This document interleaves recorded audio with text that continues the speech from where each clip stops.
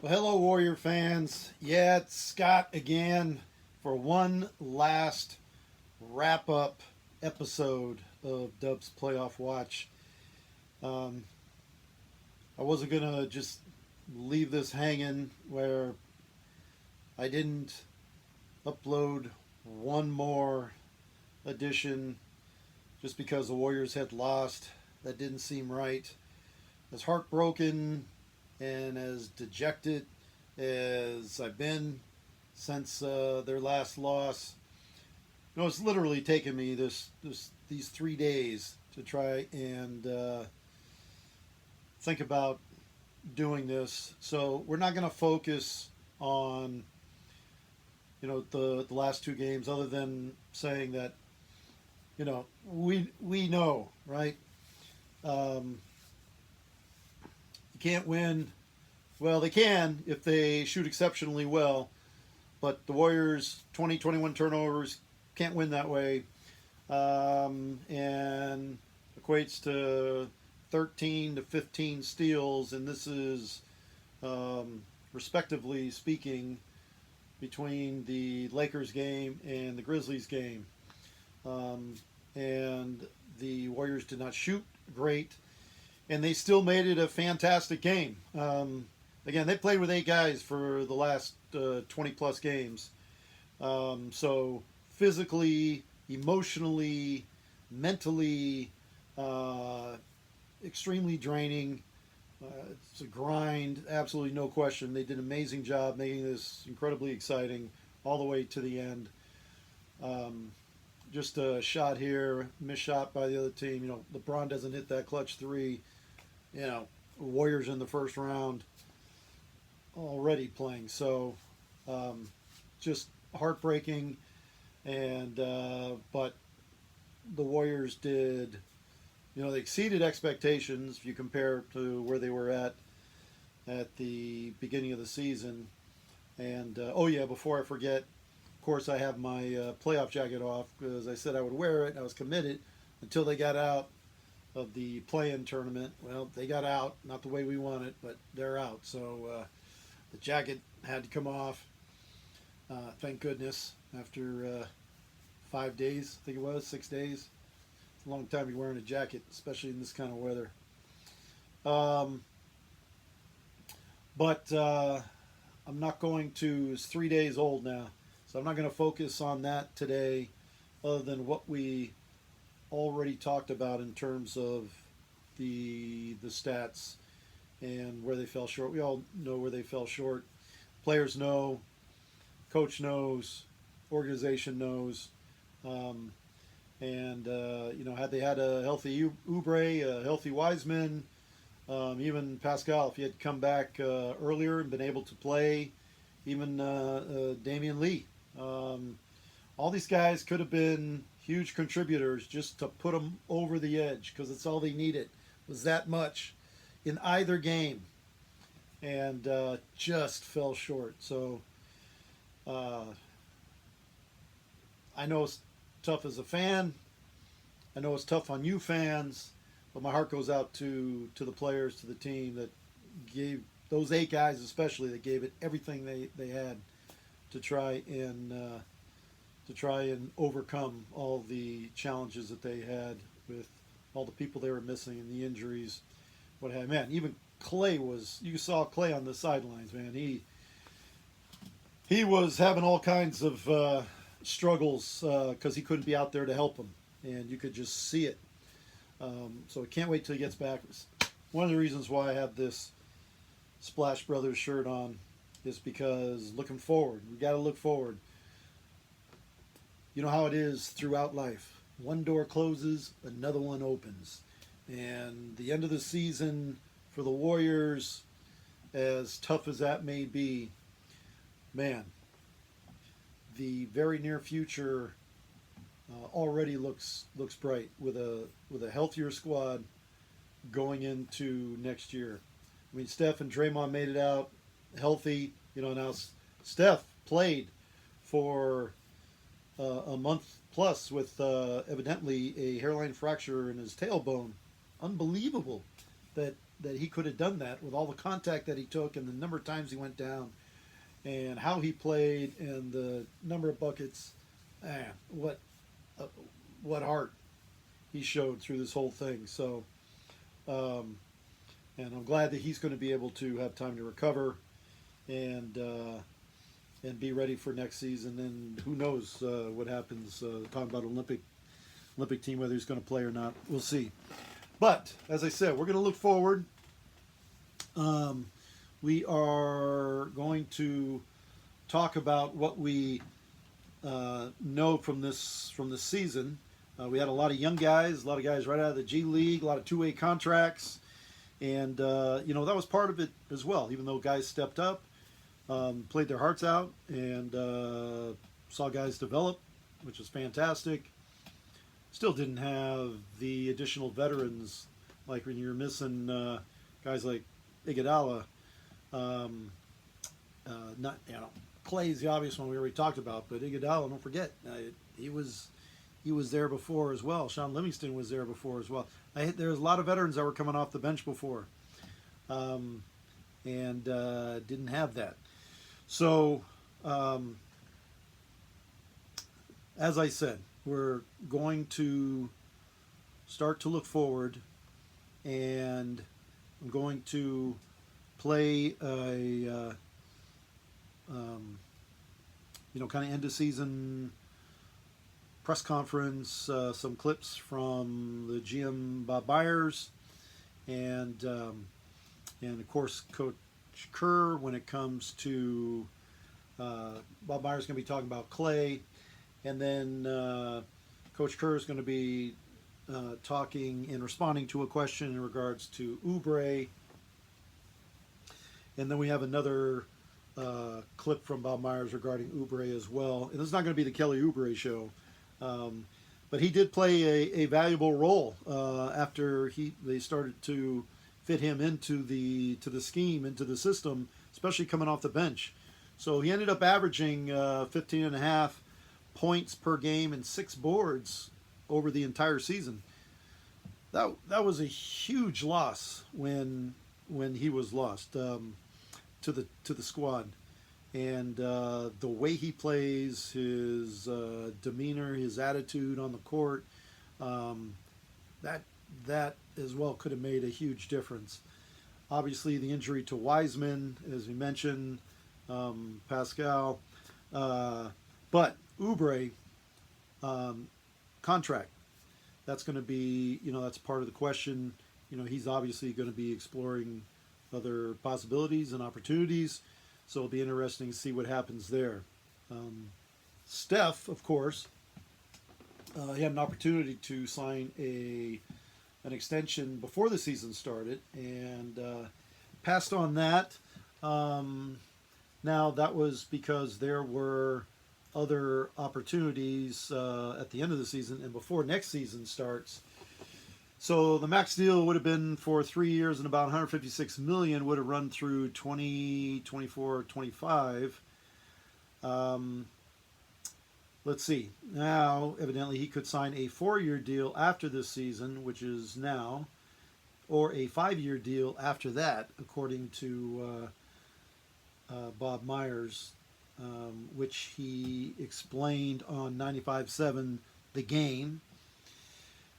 He said it wasn't anything that was difficult, no hard conversation. It was just, hey, let's talk about it at the end of the year. So obviously, he's getting over this loss. It's not anything they've talked about yet, but the conversation is going to come up at some point during this offseason. But he'll earn $46 million in the 21-22 before he is scheduled to become an unrestricted free agent. So let's see. So before the Warriors' first game this next season, Steph could sign a 4-year extension that would be worth about $215 million in additional money and run through 2025 and 26. So obviously the Warriors are going to do everything they can to make sure that Steph stays on this team. And from everything Steph has indicated, we would think that he wants to stay with the Warriors. and that he's happy with the organization and how everything has gone. Um, but a lot of it may have to do also with what's happening to the team going into next season as well. So it'll be interesting to see what happens during the offseason and or prior to the start of the next season, which roughly is the October timeframe. So it's not that far away, and we just finished. So as I said, you'll listen to Myers and Coach Kerr coming up. It is mostly related to Oubre, as he is going to have opportunities, as I previously mentioned. But in no way do I want this to be the Kelly Oubre show, because there are lots of possibilities and things to discuss.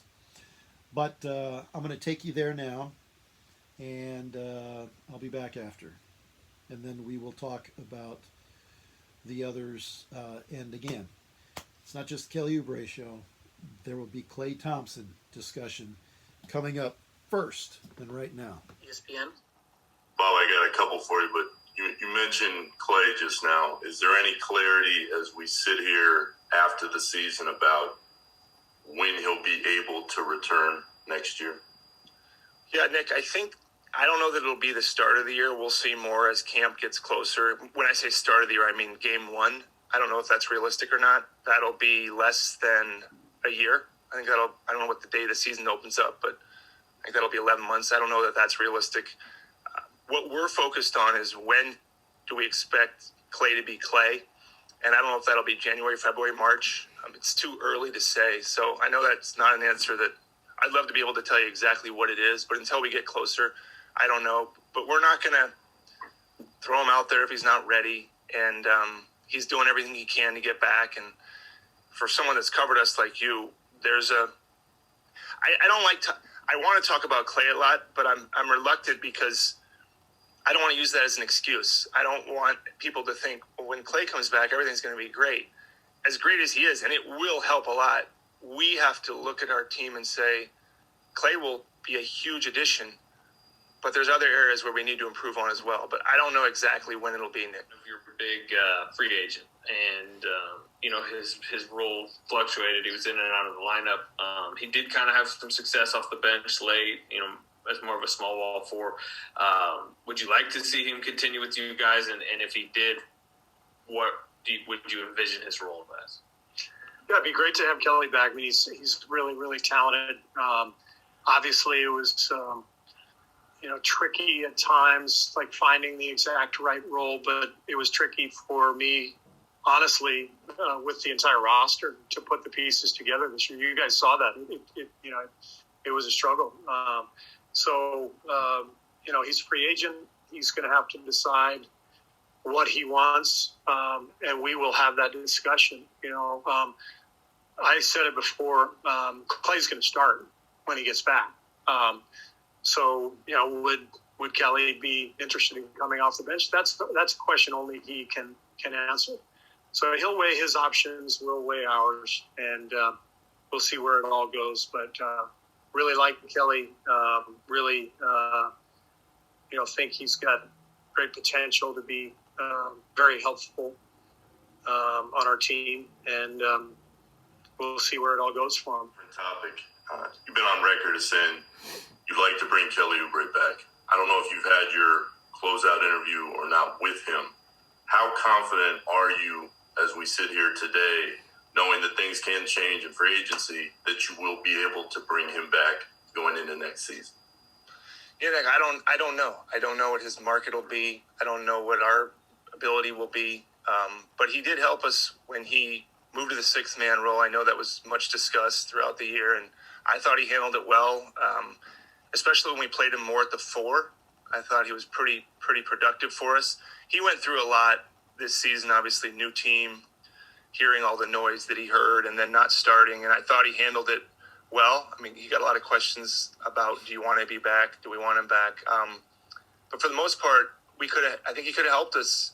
At the end, we were running out 8 guys, and they did the best they could, and I think he could have helped us because I felt like, unfortunately, and everybody is free to have their own opinion. I don't think I'm being biased, that he was helping us more in that role. And I even think Wiseman was starting to come into his own, but of course everybody's going to think I'm saying that. But I actually thought that over the last few games there was some positive as far as impacting winning.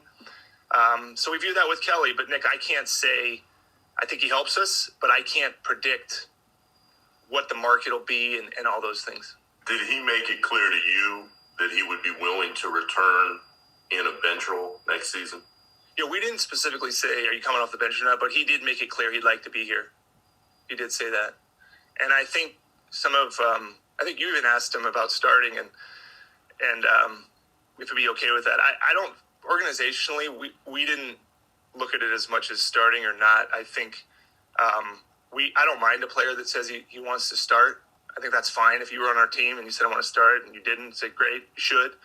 So I think we can work that out. But again, those conversations will come 2 months from now. But there was no, we don't want you here, I don't want to be here type conversations going on. So let's talk about some of the other guys as well. Interesting comments, obviously, by the GM and Coach Kerr. They don't know what they don't know. So Clay's return, they don't know yet. Obviously, can't predict, and there's no crystal ball for one's recovery, especially a serious injury like that. And they're not going to push it even when they deem him ready to play. Sure, there will be minutes restrictions, even if he is available by sometime around the start of the season. So they're probably still going to be without Clay for a bit. Oubre, again, who knows what's going to happen there, as they stated. And so what did we learn this season? They got a solid guy in Wiggins. The Iron Man of the team this season. He played all but one game, and that was coach's decision. He didn't play because he wanted to rest in preparation. But he averaged 33 minutes a game. He was the second leading scorer on the team, averaging 18.8 points per game, and he averaged just under 5 boards a game. He also was leading the team in blocks, at 1 block per game. Draymond, of course, led the team in 3 areas: rebounds, assists, steals. 7 rebounds per game, 7.1. Nearly 9 assists per game, and nearly 2 steals a game. Points-wise, Draymond, and admittedly, he wants to work on that or make it more of a focal point for him going into next season in terms of getting 10 to 15 points a game, because the team performs better when he is able to score. I think some of that is what the defense gives him, and his ability to either hit that shot from the perimeter and or drive. They were doing a lot of the fake handoff this year, and then he would drive to the hole and throw it down. Now, what they seriously missed out on, once Chris got injured, they got rid of him, and then Wiseman was out, and he was still getting used to this. But they seriously missed Draymond's drive to the hole and to draw the defense at him, and then the oop over the top. That was a huge gap for them, because that was a big part of their system that they did on a regular basis, game after game after game. And depending on who their center was, or the guy who was going to get most vertical for them, that was who they were going to be able to deliver it to on most occasions. So Looney's not really that kind of player. And even though he played fundamentally sound defense, boxing out, rebounding, by the way, a free agent this year, so it'll be interesting to see what happens with him. Other teams may look at him and think he didn't put up big numbers, but if they played against him, they know how good he is. I'm looking for his season stats. Excuse me. So he only averaged 4 points a game, as many of you might have guessed. He averaged 5.3 boards per game as well, and just under half a block a game. So statistically, numbers are low, but from an IQ perspective and what he does on the floor for the team, playing that role, the prototypical role player, boy, if they can hang on to Looney, that would be big. Especially, you can see how he was these last several games. He was huge down the stretch for them in terms of boards and defense, and he never goes for a pump fake. Big difference between some of the leapers and even non-leapers in the league. The young guys, let's talk about them, because they had many two-way players, two-way contracts that happened throughout the season, and they had guys that started here, went down the G League, came back, and they had guys that started in the G League and then ended up here. They had to fill roster spots. They needed depth. They needed players. So we did learn quite a bit. We learned a lot about Jordan Poole after he went to the G League and came back. And now, when we first saw him, we watched him out of Michigan, and we're happy with the pick at the time. And then when he got to the Warriors, he struggled a lot. And now the second half of the season, since he came up from the G League, we've seen all kinds of things about him. And actually, I take that back. At the end of last season, when they had him handling the ball more, he was most impressive when the ball was in his hands as well. His ability to create and dish, his quickness, all that, and level of confidence when he has the ball in his hands started to show up a lot more. But anyhow, when he came back up the second half of this season, Poole really turned it around, and this last less than 20 games, he was outstanding. This last week of the regular season, he was outstanding, and the play-in tournament, he was outstanding. His quickness and his vertical, very surprising to some of us. Maybe not to you, but to many of us. We did not see that. His ability to create more than what we saw last season, and never saw this when he was with Michigan. Not to this extent. What he was able to do, I think they definitely have a keeper. So I think that was something that they have to be happy with. And like I said, Wiseman, when he recovers from his injury, he's going to be he only played 3 games in college. He played 39 games this season, and he's been out. So now, hopefully, starting next season, he's going to get training camp and hopefully get a little stronger up top. His hands hopefully are going to get a little better. And he has the skills, but he didn't miss a lot of passes, and he missed a few oops. And the timing was a little bit off on some of those. So, but he definitely has the abilities. You can see it. You can see the skills. As a 19, 20-year-old, holy cow. He again could have been another difference maker for the Warriors had he been able to play this last week, and had he been with them for the whole time, he would have been so much further along. They could have really used somebody like that. Pascal should be healthy. I think what he's shown throughout his time with the Warriors has been tremendous. Strength and power, and his ability to hit mid-range, as well as I know his three-point shot is even going to get better. Bazemore, it's going to be interesting to see what happens with him. I think he's a free agent as well. He added a lot to the team. Thank goodness they had him. His speed with the ball. A little careless on defense, but still a good defender, but sometimes hyper aggressive, and get him into trouble sometimes. But no question how valuable he can be, especially if he was coming off the bench for the Warriors. Juan Toscano Anderson is definitely, obviously, they already signed him to a multi-year contract. They already found what he can do and what he can contribute. And to have him coming off the bench with his energy, defensive style, gets after it, attacks the boards, can hit an open three. Wow, they found another one. So as far as the young guys go, Poole and JTA for sure. Wiseman, obviously the expectation is high as a high draft pick.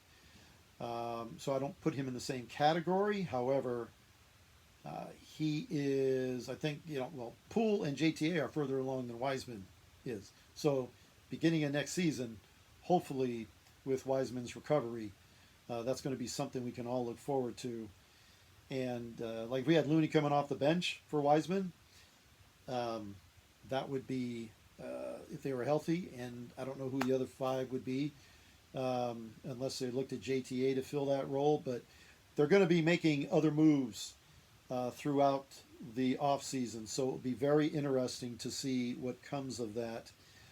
Nico Mannion has shown that he can be a very good defender. So is Gary Payton the second as well. And so it'll be interesting to see what happens with those guys for sure. Are they going to try and keep them, or are they going to be looking to make a move? Now, Mulder is somebody that I spoke quite highly of over this last month. His quickness with the ball in his hand and his ability to get up quickly and throw down on somebody before they have a chance to get up and defend it was very impressive. But the biggest thing I was impressed with was his long-range shooting. He struggled a little bit in the last few games the Warriors had in terms of his three-point percentage. But I think with training camp, if they were to take a shot with him, I don't know that they will, but if they were to, I think he's somebody that can still prove to be valuable coming off the bench for them. Damian Lee, who missed because of COVID, he was really turning into a really nice player. And unfortunately, even with the vaccination, still had to miss extensive time. So hopefully he is just healthy and he is good in every way possible, including and especially his well-being, physically, mentally, emotionally, and medically. We saw him on the sideline, but he wasn't able to play, and so I'm not sure what the story is. So hopefully, health being the biggest concern, that he is going to be okay, because I certainly would see him coming back, and certainly being there, likely ahead of Mulder. But who knows, and who knows what who's going to show up and how they're going to show up and what condition they're going to show up when the training camp begins, and what's going to happen in the draft. That's very interesting. The Warriors could end up with a pick somewhere like very low percentage in the top 5, very, very low. Not to say it won't happen. I don't even know what pick that is at this point, but last I heard it was 5, 6 to 10, somewhere around there they could end up having. That'll be very interesting to see what happens there. And then are they going to try and put together a trade to get another piece? At the end of the day, we could be looking at a healthy Draymond, at some point next year, a healthy Clay, healthy Wiggins, and a healthy Steph. And let's say they keep Oubre. They have Oubre, Poole, Looney, and again, I know there are other free agents that the Warriors may go after. So between the draft and free agency, don't know who we're going to end up with. If you looked at that starting 5, though, that is going to be very competitive. And even if you put Looney in and took Wiseman out for whatever reason, that still is going to be very competitive. If Draymond can work on trying to, get 10 points a game to help the Warriors scoring and to help pull the defense out, but he's got to, I think he still needs to have somebody to oop it to. That's a big part of the game, But that means that it implies they're going to come out on him. He's got to stop and hit that elbow jumper. So hopefully they're going to be working on those things. And who am I to tell those guys? Just an ordinary fan.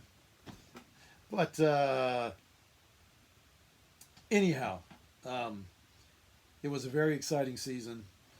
Heartbreaking at the end, no doubt. Have started getting into watching the NBA playoffs. Hopefully all of you have as well. And those will be exciting. But what the Warriors do this offseason and the team that we should have and expect to have this next season with a healthy Clay and a healthy Wiseman is once again very exciting. And hopefully there won't be a need for a DUBS playoff watch next season. There won't be struggling to try and get out of the 9th or 10th spot to get into the 8th or 7th spot. But we'll see. We'll see. Hopefully you enjoyed it. I enjoyed just doing this, whatever it is I have been doing, whatever you would call it. It has been fun, and may come back to you for some NBA playoff review, and we may even have a round table to make it more fun and more interactive, if you will, to kind of look at what's happening in the NBA playoffs. But no promises at this point. Definitely don't want this turned into a job. This is about the love of the game, the love of the Warriors, and a passion for both. And again, it has been a pleasure. And everybody still continue to take care of yourselves. Enjoy the rest of the NBA playoffs, because we have a bright future just a few months away to look forward to. All right? So everybody take care out there and stay healthy. And again, I appreciate you taking the time to listen to this guy, all 5 of you. And sometimes there were 14 of you, but on a regular basis, like give or take 5 or 6. All right, take care. I'm out.